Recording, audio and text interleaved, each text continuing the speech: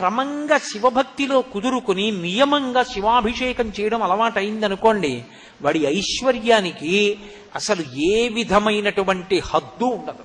అసలు ఐశ్వర్యం అన్న మాటకు అర్థం ఏమిటో తెలుసా? తృప్తి. తృప్తిని మించిన ఐశ్వర్యం లేదు.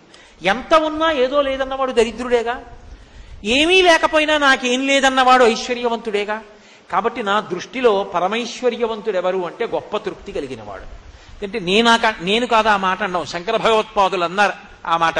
ఎందుకని అంటే అన్నీ వదిలేసిన వాడు సర్వసంగ పరిత్యాగి నాకేం కావాలని చెప్పి అంతటా బ్రహ్మాన్ని చూసి పొంగిపోతూ ఓ గోచీ పెట్టుకు తిరుగుతుంటాడు రమణ మహర్షిలా. యోగరతో వా భోగరతో వా సంగరతో వా సంగ విహీన యశ్చ బ్రహ్మణి రమతే చిత్తం నందతి నందతి నందత్యేవ. అన్నీ ఉన్నా నాకేదో లేదని ఏడిచేవాడు దరిద్రుడు.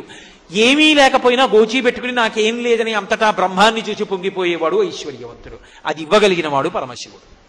కాబట్టి ఆషాదశమి